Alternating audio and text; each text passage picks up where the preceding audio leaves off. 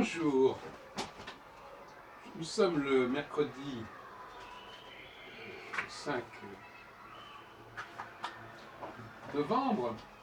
Je vais vous parler du zodiaque et notamment de la question des aires précessionnelles qui sont liées évidemment au zodiaque. Je suis en train de manipuler un très beau document qui s'appelle Les signes du zodiaque, Galerie du Passeur.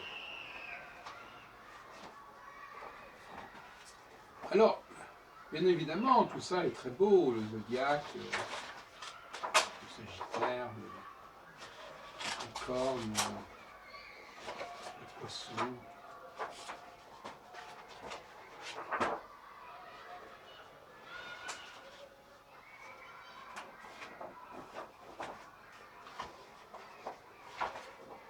Tout le monde connaît tout ça.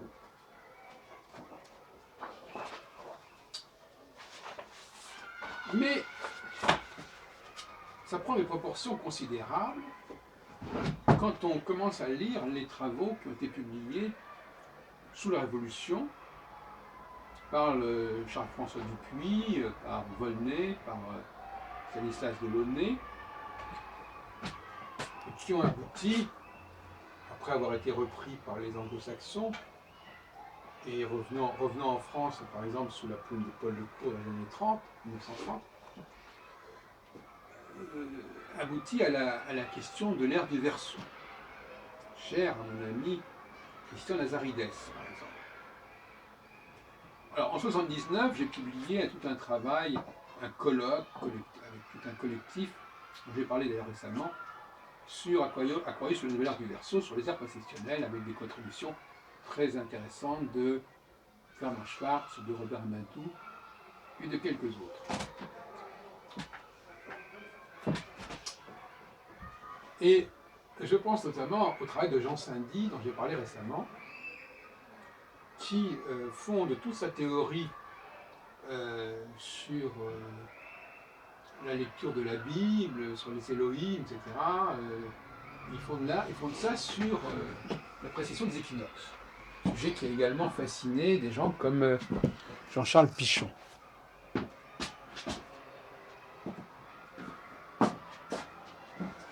Et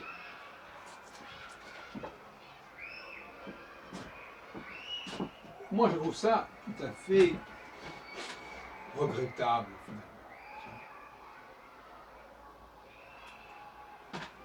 Parce que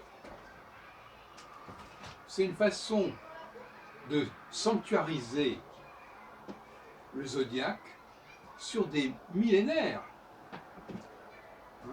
On a une grande année qui fait 26 000 ans, ou presque, où se succèdent tous les 2100 ans à peu près les différentes constellations, bon, etc. Parce que là, on est dans le domaine des constellations. Et comme dirait d'ailleurs Dinard dans son travail sur l'anti-astrologie, dans l'astrologue, en 95-97, pour les tropicalistes qui se réfèrent aux constellations, au passage du point vernal dans les constellations. Constellations d'ailleurs qui ne sont pas normalement égales. C'est le problème parce encore une fois, on découpe en 2160 ans, donc on découpe en 12 parties égales. Bon, c'est pas le sujet. Le sujet, c'est cette sacralisation du zodiaque, c'est-à-dire laisser entendre que le zodiaque est un ensemble parfaitement cohérent, un cycle où chaque facteur, chaque composante parvient à son tour, et donc en faisant, il y a une sorte de continuum qui est tout à fait cohérent. C'est ignorer la jeunesse du zodiaque. Plutôt, c'est des propos qui sont tenus parce qu'on n'a aucune compréhension de la façon dont le zodiaque a été constitué sur la plan de sa symbolique, et on plaque sur le zodiaque l'idée que c'est une simple représentation du cycle des saisons, par exemple.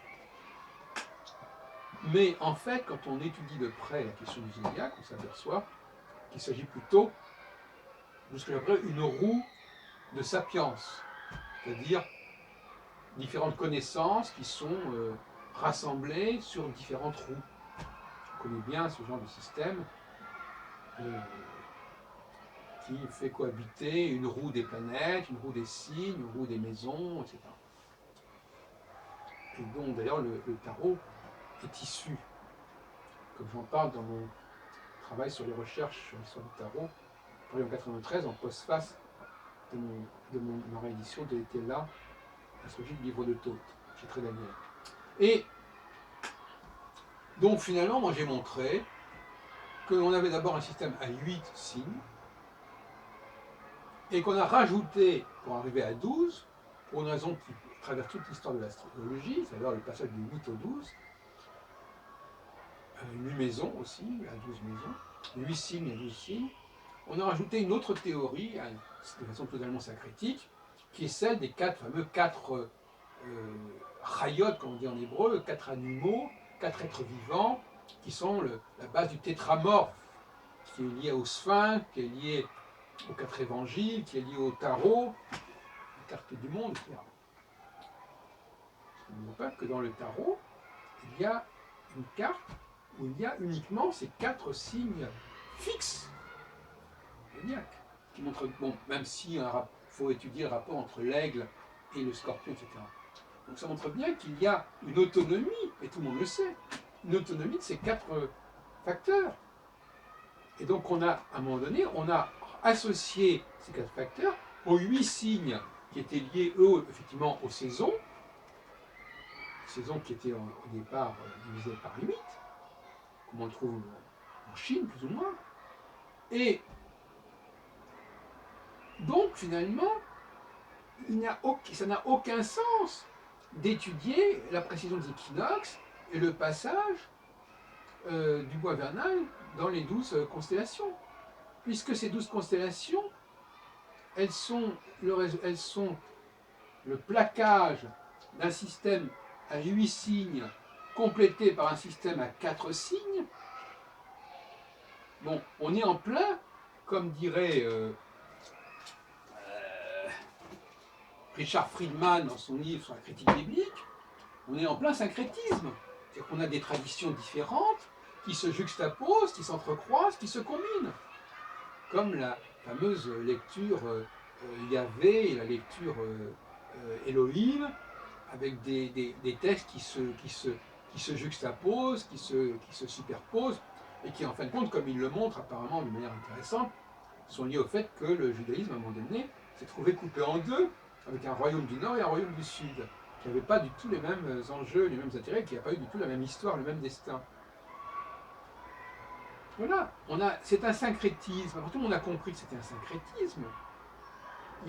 Cette théorie du zodiaque, elle ne tient pas debout une seconde. Parce que la théorie de la pression d'équinoxe, elle est fondée sur l'idée que le zodiaque est une sorte de réalité en soi, une sorte de symbolisme archétypal de l'inconscient collectif, alors qu'en réalité, c'est un bricolage. Donc, à mon avis, les théories sur la pression des équinoxes sont fondées sur l'illusion, le postulat que le zodiaque est un ensemble cohérent. Alors maintenant, vous me direz, mais alors ils l'ont démontré. C'est toujours le même argument. Vous n'êtes pas d'accord, mais ils l'ont démontré. Alors ils l'ont démontré, c'est vite dit. Hein, c'est vite dit. Parce que on peut effectivement traverser les siècles, les millénaires et dire, voilà, à ce moment-là, on était dans l'ère du Capricorne, et puis avant on était dans l'ère du Sagittaire, etc. etc. Moi, je ne me suis jamais intéressé à ce petit jeu, je dois reconnaître. J'ai travaillé sur des grandes périodes, même par exemple Pluton avec Maryse Lévy, qui couvre comme ça l'entrée le passage de Pluton dans chacun des signes zodiacaux, ce qui prend un certain temps, puisque Pluton met près de 2 siècles et demi. Maintenant, on n'en est pas encore aux 2160 ans qui sont attribués à chaque passage du point vernal dans telle constellation. Ce qui d'ailleurs ne correspond pas réellement à la vérité, comme je l'ai dit, puisque les constellations ne sont pas égales. Et qu'elles ne sont pas d'ailleurs dotées de la même façon en étoiles de première grandeur. À ce propos, je répète encore une fois, entre parenthèses, que les 4 signes qui sont mis en avant par la carte 21 du monde et par le livre d'Ézéchiel, etc., c'est quand même les quatre correspondent quand même aux quatre étoiles fixes royales qui sont dans ces quatre constellations, qui sont Aldébaran, Antares, Régulus et Femalo. Bon, c'est pas rien, comme on le sait d'ailleurs dans mon travail. Bon, donc, il y a là, le zodiaque doit se décomposer en deux pans qui se sont reliés, mais de façon totalement superficielle et finalement tardive. Et on n'a aucune légitimité à en faire un système d'un seul tenant et qui existerait depuis des millénaires, sinon des dizaines de milliers d'années. Comme le fait Jean Saint-Dié. Ça, c'est à mon avis le point faible de tout son système. C'est anachronique. Et maintenant, et je terminerai là-dessus, je n'ai pas envie de m'attarder trop longtemps, maintenant, les preuves qui sont avancées, notamment par Dupuis, sur le passage d'un culte du taureau à un culte du bélier, etc., et puis qui après, aurait abouti au culte des poissons, qui serait un symbole chrétien, Ichthus, et qui serait donc, on retrouverait dans les inscriptions liées à Jésus-Christ, etc. Et sauveur du monde, etc. Et donc effectivement, cette symbolique, ce changement de culte, puisque finalement, ces gens qui ont élaboré la théorie au départ, ils voulaient créer une sorte de science des religions. Montrer que les religions obéissent à une cyclicité bien précise. C'est tout à leur honneur. C'est un peu la même démarche que la nouvelle histoire. C'est-à-dire que c'est précurseur de la nouvelle histoire. On veut fonder un savoir traditionnel sur un système cosmique, sur un cycle cosmique. Pourquoi pas? Et il faut choisir correctement son support. Donc, qu'il y ait eu un changement du taureau au bélier, c'est d'autant plus compliqué que, en fait, le taureau est un des quatre signes fixes, justement, dont je parlais tout à l'heure. Hein, donc, c'est un autre zodiaque que le bélier, c'est rajouté. Entre parenthèses, le système de Ptolémée dans la tétrabible qui relie, qui attribue à chaque planète des doubles domiciles, là on est dans le passage du 7 au 12. Hein. Bon, c'est plus le 8 au 12, c'est le 7 au 12.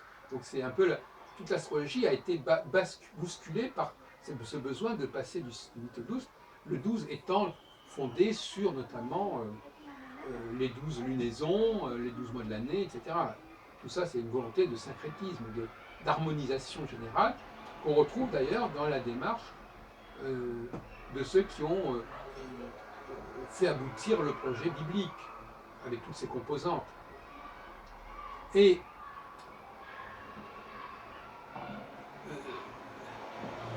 effectivement, le taureau, contrairement à ce qu'on croit, le taureau n'est pas un signe de printemps comme le bélier, c'est un signe d'automne.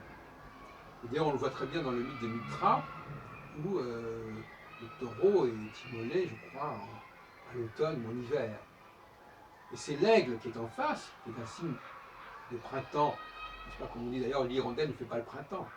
L'oiseau, c'est le printemps, c'est les choses qui se lèvent, qui s'envolent. Bon.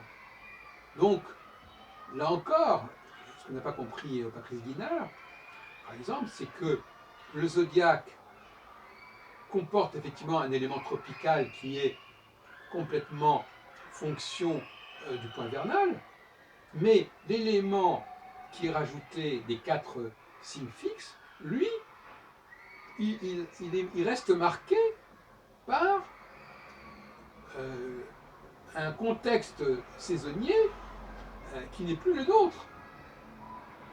Et il y a eu, vous savez que Dupuis il travaillait comme ça, il y a eu 12 000 ans d'écoulés, je pense, je renvoie au zodiaque de Dunguera par exemple, il y a eu 12 000 ans de découlés entre le moment où normalement le taureau il devrait être un signe d'automne. Donc s'il est un signe de printemps, ça veut dire que le système a été modifié, a été modifié depuis 12 000 ans. Donc voyez-vous à quel point on est dans les sables mouvants quand on veut établir la pression des équinoxes sur le zodiaque. Et ça vient du fait que, comme d'habitude, les gens travaillent sans savoir avec quoi ils travaillent. Ils prennent pour acquis un support en disant voilà, on va partir de là, c'est comme ça existe, et hop, on continue comme ça. Ils ne se demandent pas quelle est la genèse des outils dont ils veulent se servir. Donc, l'idée qu'on soit passé du culte du taureau au culte du bélier, bon, c'est une douce plaisanterie en fin de compte. Hein. Et de toute façon, c'est pas à partir d'une observation de ce genre qu'on va justifier toute une théorie de l'histoire des religions. Je rappelle que Dupuy a écrit un ouvrage qui s'appelle L'origine de tous les cultes. Voilà, très ambitieux comme projet. Et en fin de compte, ça a été utilisé essentiellement de façon polémique pour montrer que l'ère chrétienne était révolue. Et que la fin de l'ère des poissons, d'où le travail sur l'ère du Verseau, qu'est-ce que c'est que l'ère du Verseau, qu'est-ce qu'on annonce, etc.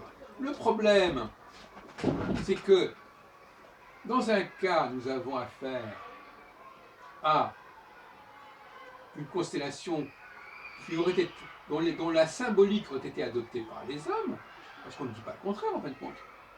On dit les hommes ont choisi cette symbolique, parce que c'était la constellation qui correspondait au point vernal. Mais avec Aquarius, c'est pas ce qu'on nous dit.